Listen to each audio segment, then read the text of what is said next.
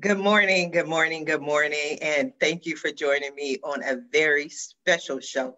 This is a show unlike any other because it's actually an Ask Sharifah Videocast takeover for a very special young lady. We're going to give her the opportunity to not only share her journey, share her views, but to also ask me anything. I want to welcome 15-year-old social activist, Miss Sarah Goody. Good morning, Sarah. How are you?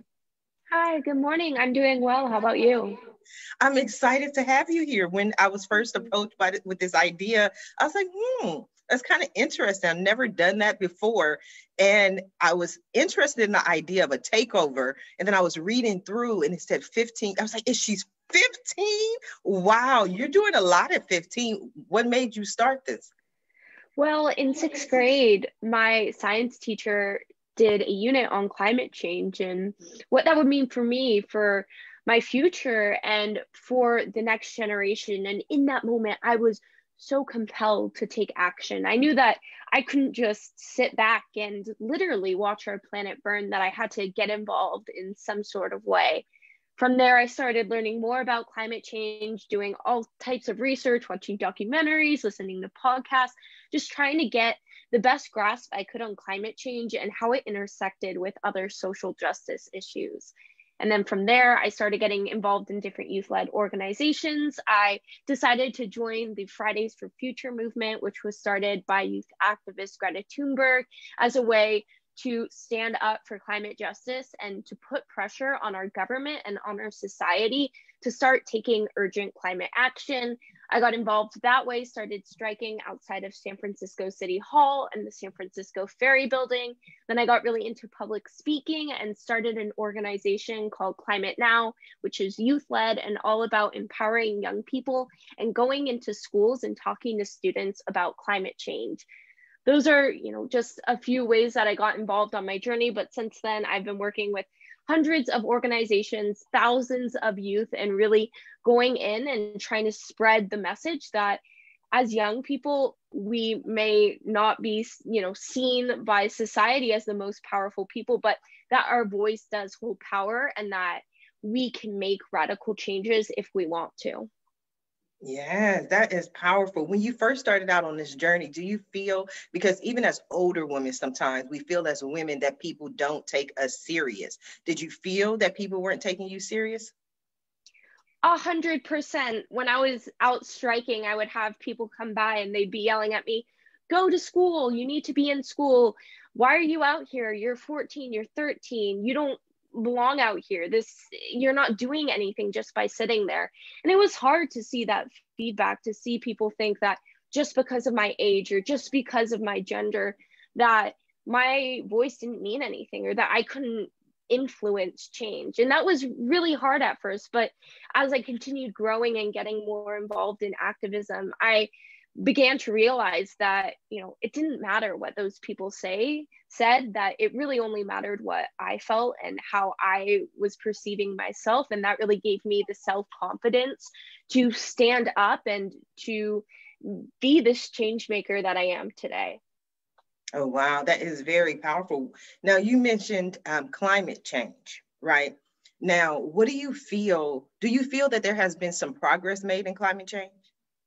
Yes, there has been over the past few years and over the past decade a complete uprising by youth and by adults who are getting involved in climate action. I've seen corporations really starting to prioritize sustainability. And in the past few years, I think 100% we have seen an increase in not only conversations around climate change, but in more sense of urgency and awareness to taking climate action. However, we haven't seen enough. Right now, we have a president in office who doesn't even believe in climate change. And that is something so fundamental for our country to be taking climate action and to be a force of resistance against rising carbon emissions. We need to have someone in office who is prioritizing those actions and who at the very least believes in the science. And that's why I'm so excited that President-elect Joe Biden is going to be taking office, because I think this will be the start of a revolution and of a movement for climate justice that we've seen progressing over the years. And I think once he takes office, it'll be this culmination of everything we've been fighting for. I think it will make some changes. I think Joe Biden still has a lot to answer for as far as the legislation that he personally has written. So you have some pros, you have some cons, and that's the way it is with life. But you're also interested in entrepreneurship, correct? Correct. I, since a young age, have been super excited about innovation and about trying new things. I remember when I was about 6 years old, I wanted to start sewing dog beds for homeless dogs and donating them to shelters. I loved creating things and thinking of new things. And I remember just waking up on different trips or on different days of the week and being like, oh my God, I have this new idea. How am I going to bring this to fruition? How am I going to put this into action? So I've always been really passionate about making things and about innovation. And that's where I think climate activism has really given me this heads up in learning how to be an innovator and how to be a smart entrepreneur and a woman leader. That is so accurate. Now, let me just say this. Entrepreneurship is not for the faint of heart.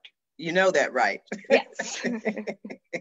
If you scare easily, if you are afraid of your bank account fluctuating, some days you're like, oh my God, I can't believe I made this amount of money. And then the next day you're like, oh my God, where did all the money go? So it's not like having a day job where you have a guaranteed income. So I don't know. Are you ready for it? I think that over the past few years, I've learned a lot about myself, and that is I'm never going to be happy with myself or to be content with the life I'm living if I'm not doing something that makes me feel like I am not only helping others, but I am creating something and doing something new, that I'm making and shifting a new place for myself. And I think that entrepreneurship, despite all, the failure that will be coming my way, there is some success at the end of the road. And when I'm able to keep my eye on that, and I'm such a resilient person and able to work through those struggles, and I've done that in my climate activism career, I think it's really prepared me for what I'm looking forward to in the future. Yes, and just remember, there are no such things as failures. It's just lessons, just lessons that you learn, and you will get. I've been laid off 8 times, so I've learned so much as far as my skill set. My leadership ability is from those experiences. So some people can look at it, okay, you failed to keep a job, you failed to have this long, successful career, but what have we learned? I think that's the most important question that is asked. So for your journey, you said you've been doing this or thinking about doing this since you were 6 years old. What are some of the lessons that you learned along the way? One is the importance of teamwork and of collaboration, of having people that you can go reach out to, and you can kind of you can have them as a foundation for what you're doing, because I really don't think I'd be where I am today if I didn't have those role models or those people in my life who I'm able to go out and talk to and to ask for help, or to honestly just vent about what's going wrong or about what I'm not seeing as growth, what I am perceiving as failure. So being able to have a team, being able to work with others, I think also being able to rebound from bad situations or from, again, what I might see as failures, to think of new ways to go about and to remember that, it's a tough journey and it's not always going to be as fast as you might hope for, or the way it's going to happen is not always, the way that you might imagine. So those are 2 lessons that I think I've really learned more about in this time, as well as the importance of education, because I think that as young people and adults alike, our greatest tool, our greatest resource is our access to education. Just the amount of, podcasts that we have, videos that we have, live streams, books that we have at our very hands in our technology. They're everywhere, and it's being given to us right on this spot. So being able to grow from what I'm learning, because the best way to find solutions is to learn more. And those are some lessons that I think have been a culmination of all the work I've done. But I'd love to hear about some of those lessons that you've learned along the way as well. You have some powerful lessons, but some of the ones that I can definitely say that I've learned is just simply never to give up, never to quit. Because too often what happens is we get frustrated and we give up. And success is not something that happens immediately for anyone. Even with my talk shows, I've been hosting talk shows since 2009. I built my first website in 1994. So what people see now is over 25 years in the making. So too often what we want is that immediate gratification, that overnight success. And I can tell you right now, there are very few people that actually have an overnight success. Even people who have viral videos, they may have created that video 10 years ago or 12 years ago, or maybe they've been in the business for 20 years, but this is the one video that they made that captures someone's attention. So I've learned to just keep going, keep pushing, never give up. People talk about my tenacity, and I think that's what you have to have. So if you don't have tenacity, Sarah, go figure it out, go get it, go make it happen, because I think that's one of the most important things to have. On that topic of success and of failure, what would you say is your definition for success? Because it's something I've struggled with for a long time, is being able to see the little things as, small successes. But I'd be excited to learn about what you'd, define success as. To me, success is definitely, I'll tell you what it's not. And it's 11:11. So this is a good time to answer this question.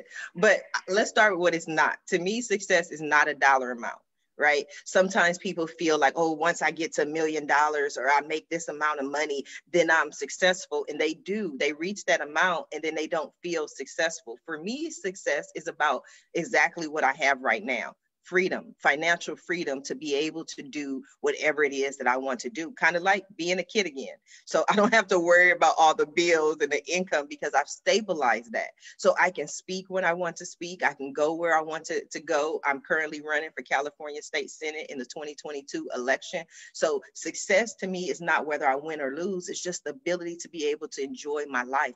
Also to be able to do it with a work-life balance. Too often as entrepreneurs, one of the things that we do is we feel that, oh, money doesn't sleep. Entrepreneurs have to be up 24 hours a day, all day, every day. But when you get to a certain level of stabilizing your business, you don't have to do that email at 3 a.m. or make that phone call at 11 p.m. because if not, this client is going to cancel. You can set business hours. My business hours are Monday through Friday, 9 a.m. to 6 p.m. I don't work weekends, so I can enjoy my life as well as be self-employed. And I think that's very important. That's great and very interesting to hear. In those times that you're feeling maybe not so certain about what you're doing, or you're remembering how you need to have this tenacity and you need to have this mindset that things don't just happen right away, how do you remind yourself of that? And how do you keep yourself grounded in the work that you're doing and in your goals for the future? You are powerful. I'm going to look up one day. I'm going to see you on a billboard or a television show. I'm like, that's Sarah. That's my Sarah. I interviewed her 30 years ago. You are going to be amazing. Great intellect, great questions. I think one of the things that works for me is don't get caught up in the expectations. So often we expect, oh, if I win this, because I ran for Long Beach City Council in the 2020 election and I wasn't elected. But so much other opportunities came out of just campaigning, just running for office. So I don't focus on the end result or the goal per se. It's the progress, it's the journey, it's the process. That's what I focus on. So I focus a lot of times, not just on large successes, but on a day-to-day basis. I focus on what do I need to do today?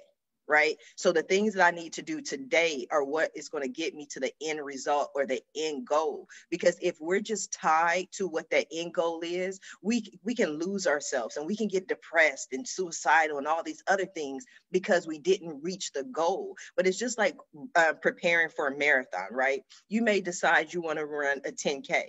You run the 10K. You didn't get the goal or the time that you thought you might have, or even the time that you thought you should have. But guess what? Did you tone up while you were training? Did you lose weight while you were training? Are you faster than you used to be? Did you push yourself? Are you in better health? So I like to focus on the things that we have obtained, as opposed to just looking at the goal in a yes or no, win or lose type of fashion. That's very, very important, I think, because what I've learned over the years is that I put so much pressure on this all end idea, this all end goal that I'm setting for myself. And then when that maybe doesn't come through or in the time that I had expected, I get really frustrated with myself and I feel so irritated. And why couldn't I have achieved that? Why isn't that happening? But then now looking back on it, I realized those lessons that I did learn and how altogether those lessons were so much more important than maybe achieving that all goal that I set for myself. So I appreciate that you shared that with me and how you worded that, because I think it's so important as entrepreneurs and just as young people and young women, young leaders, that we set reasonable expectations and that we're able to learn from these things and not just focus on this all end goal. So thank you. You are so welcome. I tell you, are you an only child? Let me ask you that. I have a younger brother. He's okay. 14 now. Yeah. Is he a part of your team? No. Like, no. He's all obsessed with video games, and I think everything that most teenage boys might be with. It's been a really different experience being 15 years old, and I always feel like I'm just this very old soul, and the people I connect most with are adults, not people my own age. And that's been a really weird experience, especially going to school and people look at you differently. But I'm so excited that I'm able to have these connections and that I've been able to pursue my own path. And even if that's not what the other people my age are pursuing, it's given me hope, it's given me happiness, and it's helped me see a purpose and find a place in this world. But I think that will help you, because even 10 years from now, if we look 10 years into the future and say you have this idea that you want to be an activist and you want to start, people always look at your history. Right. So they can look back and say, oh, well, you know what? She's not a fly by night kind of person. She's been doing this for a long time. And sometimes it just looks like you're not getting anywhere, like you're just treading water. But then all of a sudden, all these doors are going to open up. Or maybe you've done an interview or written an article or made an appearance 2 years from now. And you're like, oh, that doesn't matter. 8 years after that, people may see that interview and it just goes viral. And you're like, oh my God, that was 8 years ago. So just continue to do what you're doing, because you're doing it right. You're doing it well.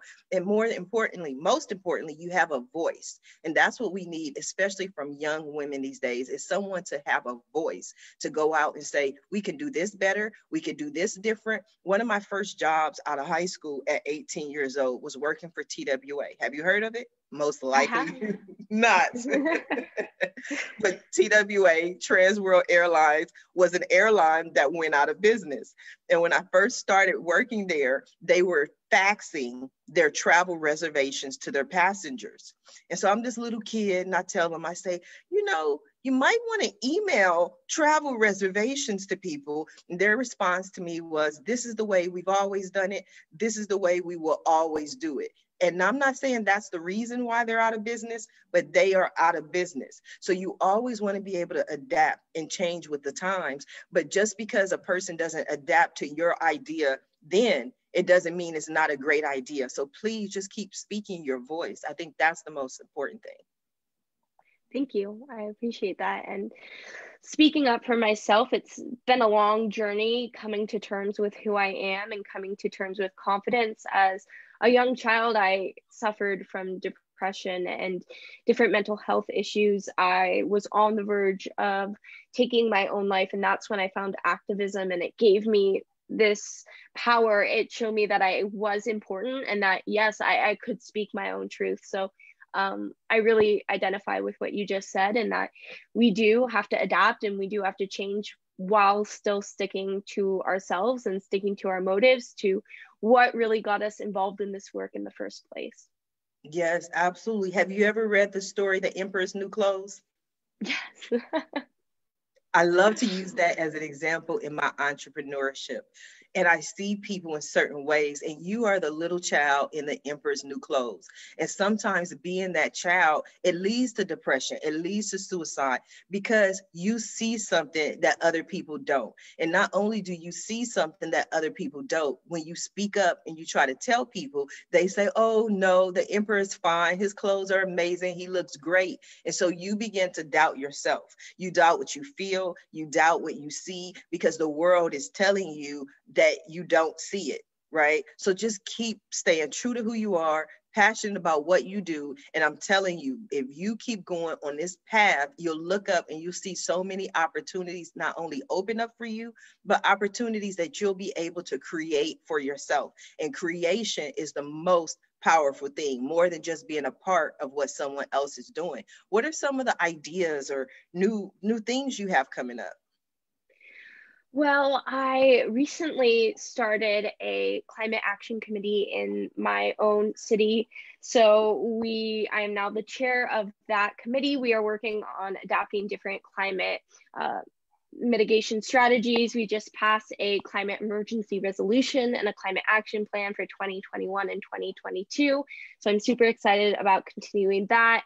And then working within my organization, continuing to give presentations to young people, sharing this message once again, that our voices are powerful and to stay true to yourself, because I see so much hope in my generation and in young people like me, and being able to have those conversations with those kids, getting to hear their thoughts, getting to see myself reflected within them is so, so special, and what really makes this all worth it for me. What do your parents say? Well, what do they say? Especially when you were 6 years old, like, because we got this little 6-year-old who's down here saying, let's change the world. Let's make this a better place. Like, what did your parents say? Well, my mom is a nurse. She works in the NICU with little preemie babies who are sick. And then my dad works in real estate. So neither of them had experience with activism or with entrepreneurship or even just, making a difference. And they were so surprised to see that from a young age. And they were so excited that I had this passion and that I wanted to make a difference in the world. Because I think, every parent would be excited to see that inside a child. And it was hard, not having parents who maybe had that background before, which I've seen other young people have had. But I was able to grow from that. And I think it taught me more to rely on myself and to grow as myself, that I could learn these things for myself. And I was capable of starting from the ground and going up. Okay, let's go back. I want to go back to when you were talking about being depressed. What did you do specifically to change your mindset to get you from being depressed to full of hope? It was around that time that I learned about climate change. So that 6th grade class, and I remember feeling so down on myself, feeling hopeless, that there wasn't a point in just continuing. I truly couldn't even identify with myself. My parents were like, who is this kid that we're living with right now? I was just so focused on myself and focused on feeling sorrow for myself. I felt like I had the worst life in this planet, and that, whoever's out there just gave me the worst circumstances. But learning about climate change helped me realize that I didn't have it the worst, that my whole generation's lives were at risk due to this climate crisis, and that so many other people were suffering in this world. It helped me feel that empathy and start to see, that not everyone has this perfect life that we might see on social media or in the news, that everyone has their own struggles. And that really helped me see that I could get through this and that I could overcome my depression. At the same time, having this, outlet, having something to be really passionate about, helped me focus more of my energy on that than of feeling sorry for myself. Mm-hmm. What in your definition is this climate crisis? It is the culmination of our leaders and of our government really focusing on their own economic wealth and on their own power instead of the lives of everyone on this planet. It's the 1% putting their wealth and putting their own lives above ours. And it's that has culminated into the rising carbon emissions that we're now seeing, which are impacting our planet and creating this global catastrophe of events from wildfires to hurricanes to tornadoes, which will one day result in the end of the human species if we're not taking action right now. What are some of the actions we can take right now? There are two routes to action, I believe. There's individual, and then there's working together with other people to really fight against our government and against our leaders. Those individual actions, you can take anything from just turning lights off and unplugging electronics when you're not in a room or when they're not in use. That energy is the biggest contributor to climate change. So just turning your light off can make a big difference. Doing things like switching to a plant-based diet, or you don't have to be, I think what's such a common misconception is that you have to be vegan or you have to be vegetarian to be making an active difference in our climate. And that's so not true. You can cut out meat one day a week and still have an incredible benefit on our planet. You can, just when you're going to the store, if there's an option to have, tofu or chicken, maybe try the tofu one day, or maybe instead of getting the ice cream, get the sorbet. There's so many different options in our own lives that we can take to lead to a better future, whether it's biking to school instead of taking a car, or deciding not to go on plane trips this year. Those are all different little actions that we can take to reduce our carbon footprint. And then as far as taking actions, joining an organization, getting involved in these different climate movements, organizations like the Sunrise Movement, Sierra Club, 350.org are all great places to start. And then joining a climate strike, we as climate activists plan about one climate strike a year, which is really big. On September 20th, I led a climate strike in San Francisco. We had over 40,000 people join us on the streets demanding climate action. So when you see those opportunities, go ahead and take them. Yes. So let's go back to the vegan and the beef. So what's the connection between the beef and climate action? Well, the animal agriculture industry is directly fueling a huge increase in carbon emissions, and that's because these cows and animals produce methane, which is a extremely potent greenhouse gas, so much more powerful than carbon dioxide.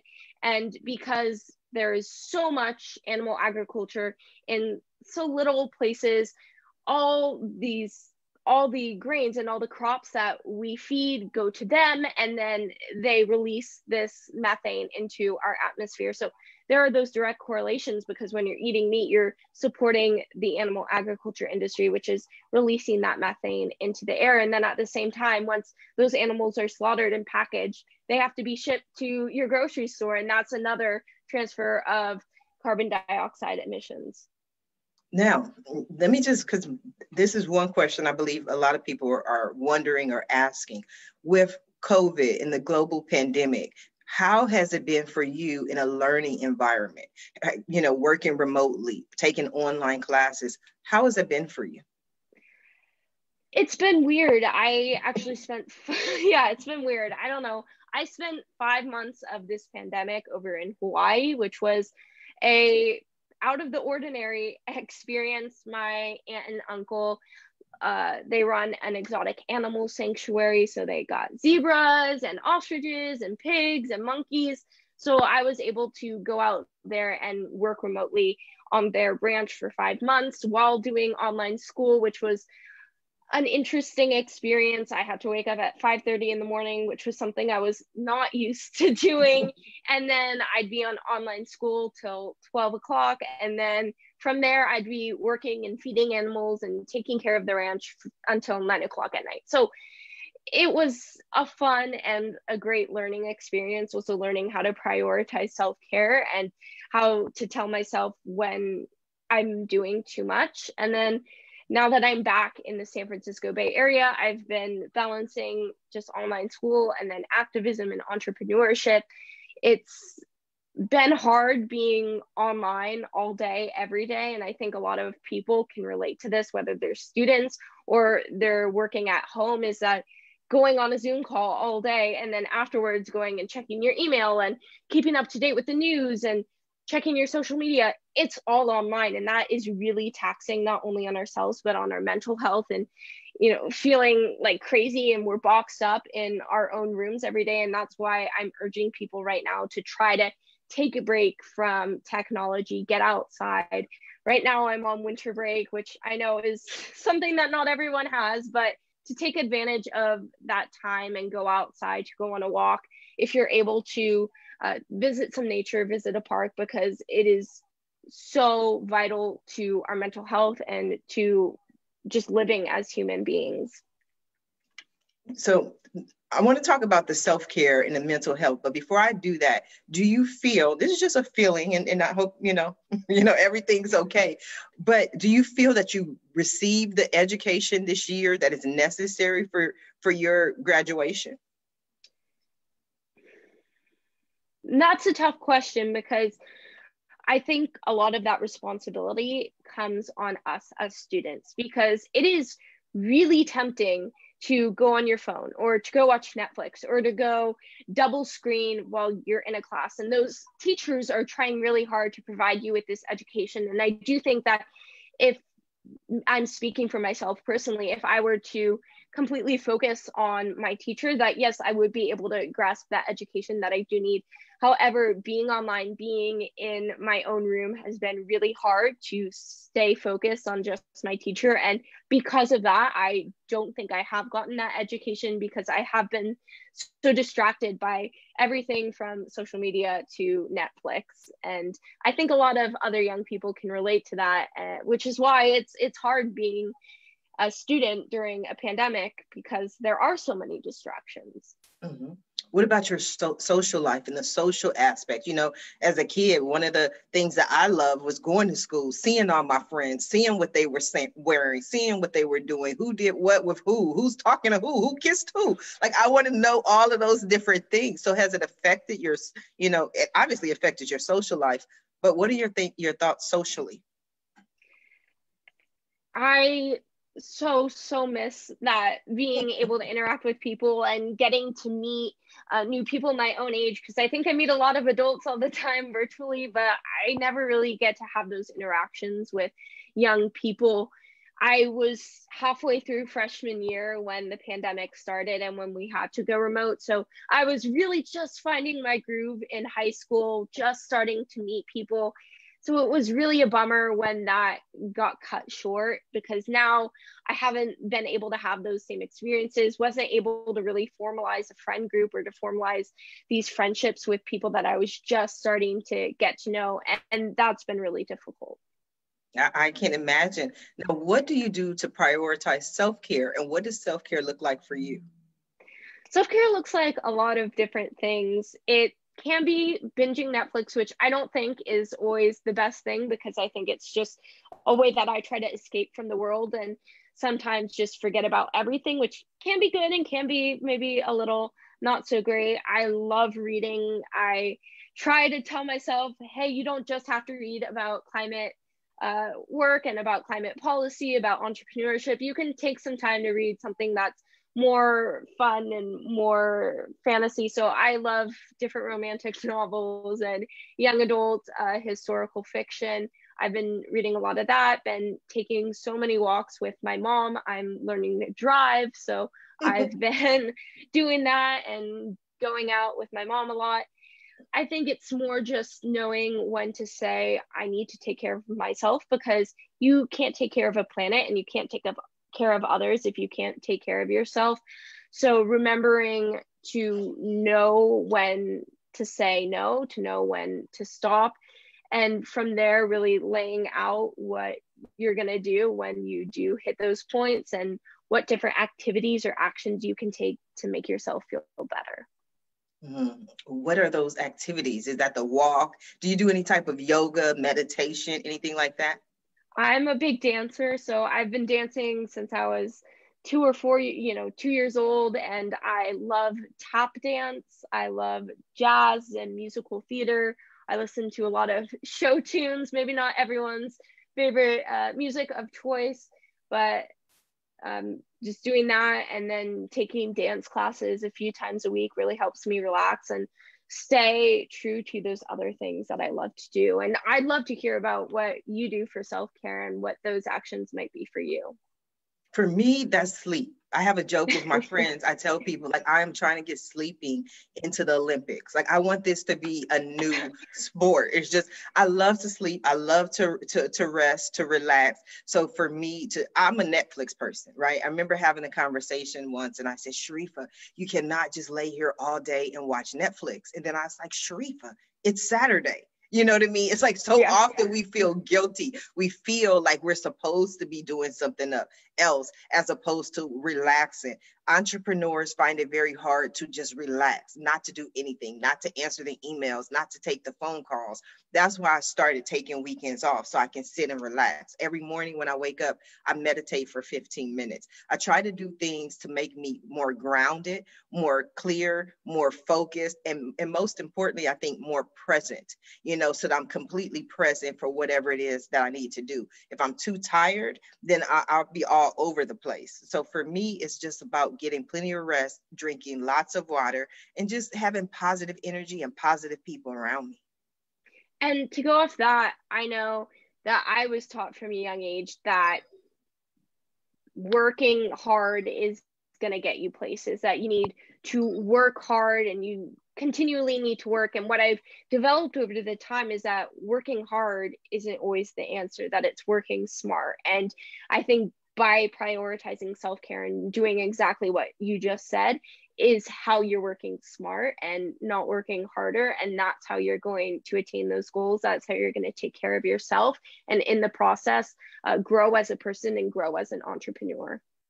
Yes, I definitely agree. But also keep in mind that that's a shift in society. For so many years, everything was based on our physical labor. Everything we did was because we had to do it physically. We didn't have computers.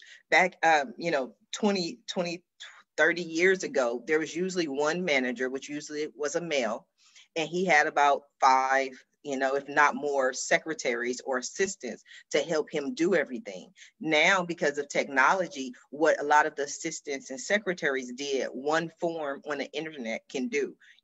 People can shop online, they can buy online, so they don't need a representative to work with and actually place the order. So as a society, we have changed the way we operate and the way we focus, but we also don't understand that we have went from being labor focused to knowledge focused, information focused. We're being driven right now by information technology, which is a part of your generation and what you're helping to bring forth, that you don't have to necessarily work hard from the sweat of your brow.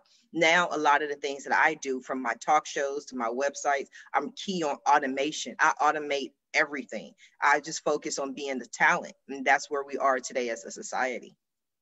Yes, that's so true.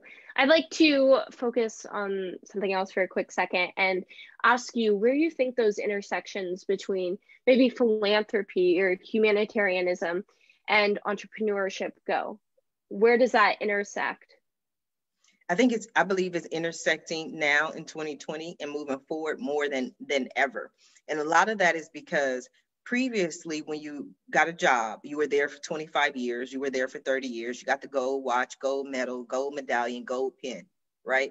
You got health benefits. Most of those things are no longer applicable unless you are in the nursing medical industry, the government sector. But if you're a private company, many of those private companies don't offer simple longevity. So what happens is, in order to keep employees, they have to come up with other ways to remain relative. When people create their businesses as the employer, they have to be more relative, which means that they have to have some type of social aspect where an employee can come to work and say, you know what, I may not have the top pay, I don't necessarily have health and benefits, but this company is doing something for people. It's doing something good in the world. So you have, as a society, more people who are focused on what can we do to make this world a better place. When you take a look at me and my talk shows, especially one of my favorites, the Roundtable Talk Show, which I do weekdays at 8 a.m., it's 5 guests in a roundtable organic conversation who come together to figure out how we can make this world a better place, along with my face-to-face talk show, which talks about race relations, police brutality, politics, what's going on in America. So people are more concerned on how we make people feel, what we're doing as a society, what we're doing to help the world, as opposed to what our message has been for probably the last 100 years of it doesn't matter, just focus on the bottom line. So important. I know that you are running for Senate, is that correct? Correct. In California.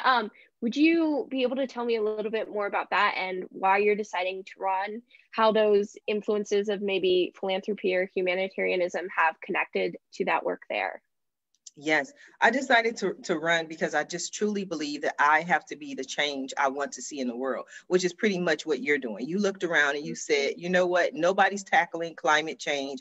I have to do something, take climate action in order to make this world a better place. So for me, after running for Long Beach City Council, I saw Senate as the next step of what I wanted to do. Because even though some may argue that the world is going to hell in a handbasket, I'm like, okay, well, it can only do that if we sit back and do nothing. One of my favorite quotes is Edmund Burke.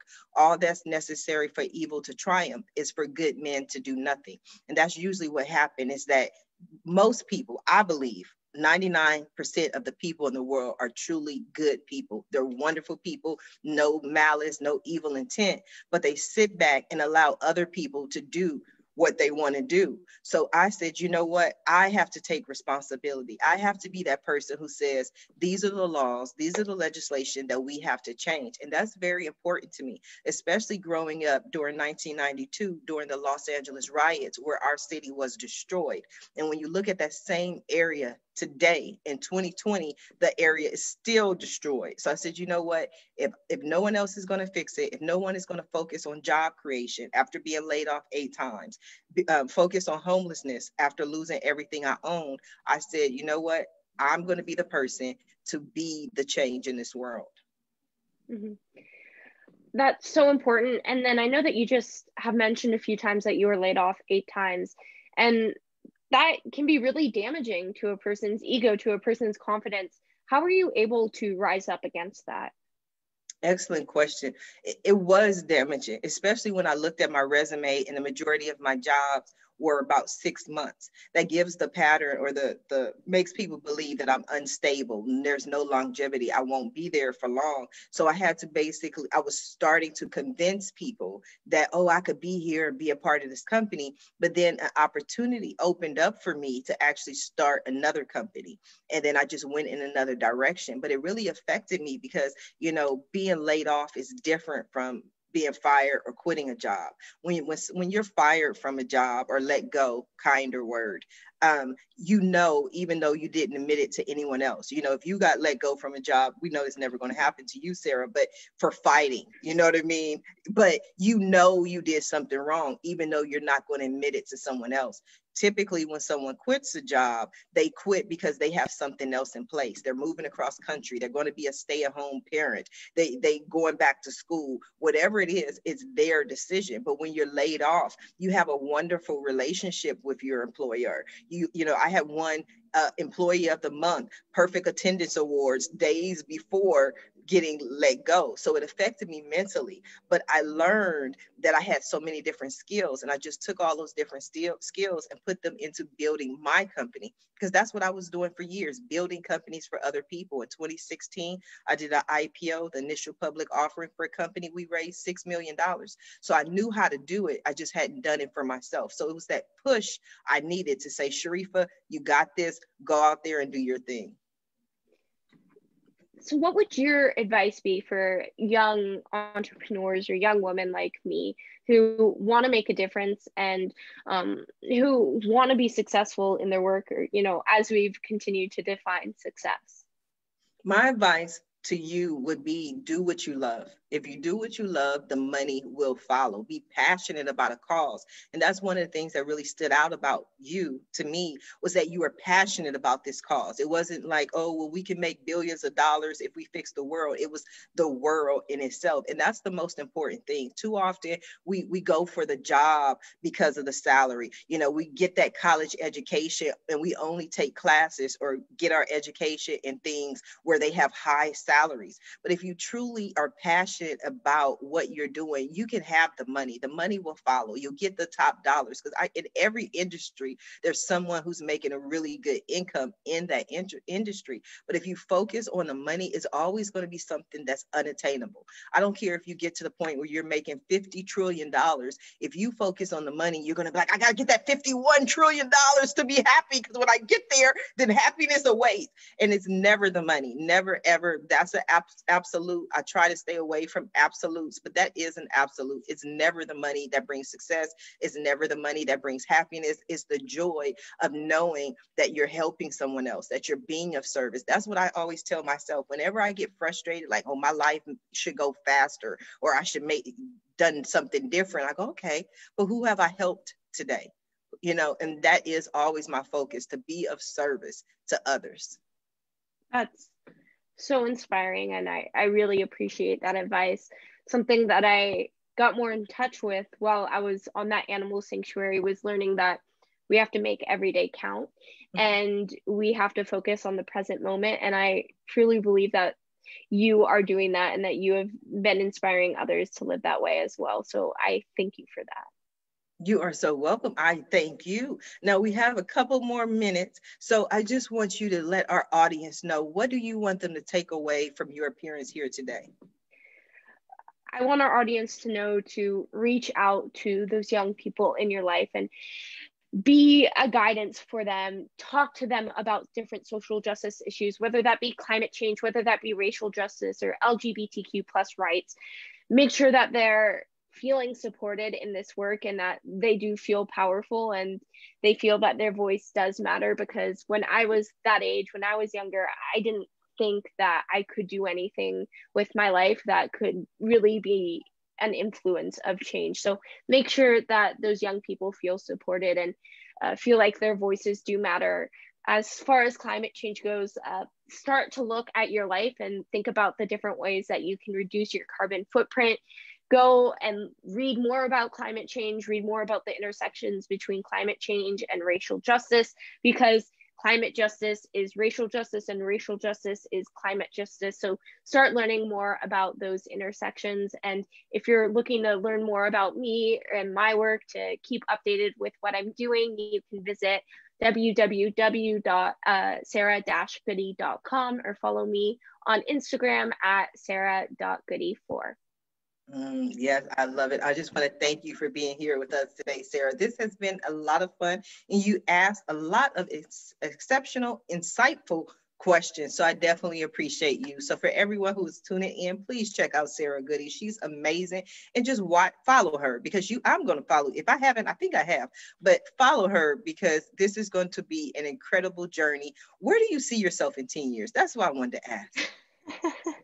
It's people ask me that all the time, what I want to do in the future and where I see my life going, and I can't tell you exactly what that is, because my life changes every single day, and what I think might be tomorrow will end up something extremely different. So although I can't tell you exactly what that will be, I will tell you that it will involve helping others. It will involve innovation and entrepreneurship and making a difference in this world, because I don't think I will ever be happy again if I'm not putting others above myself and finding ways to help our planet and our society continue to thrive. I like that. One of the tips I talk about for success is the art of non-attachment. That's what it is. It's the art of non-attachment, not getting attached to the outcome. So we'll watch your journey. We'll follow you on social media, and we'll see 10 years from now where you are. And we might have to bring you back to get a follow-up on some of the things that have happened since then. So for everyone who's tuning in, please follow Sarah Goody, and you can find out more information about me on my website at AskSharifah.com. Until next time, everyone, have a happy holidays and a blessed day. Bye now.